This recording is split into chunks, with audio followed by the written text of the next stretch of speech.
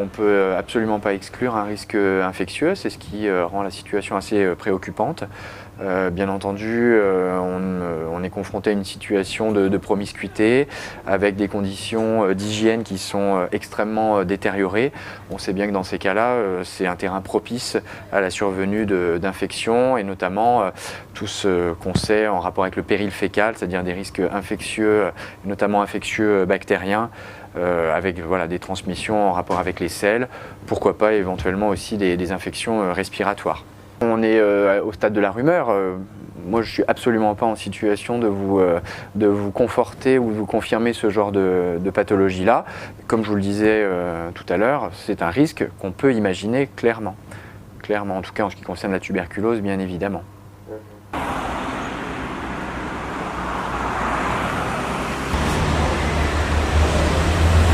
Donc effectivement, on trouve actuellement, je dirais, les pathologies attendues. Un peu de tuberculose, mais parce que ça correspond à des pays qui ont de très fortes incidences de tuberculose, et puis des maladies qui sont pour partie liées aux conditions de vie. Ça va être effectivement la gale ou d'autres maladies de peau qui sont compréhensibles compte tenu de l'hygiène restreinte qu'on peut avoir sur les campements.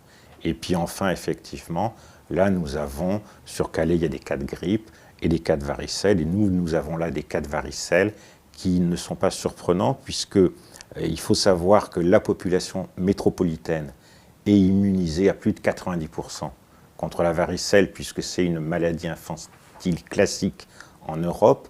Ce n'est pas le cas en Afrique et en Asie.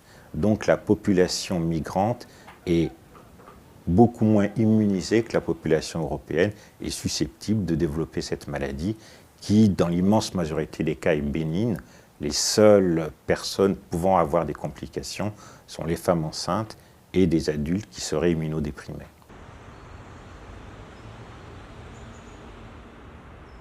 Sur l'ensemble de ces campements, on continue à avoir de façon très majoritaire une population d'hommes et d'hommes seuls, et on a une toute petite population de familles et de familles avec des enfants et des enfants parfois jeunes. Il est clair que notre souci est d'évacuer prioritairement les familles et les enfants.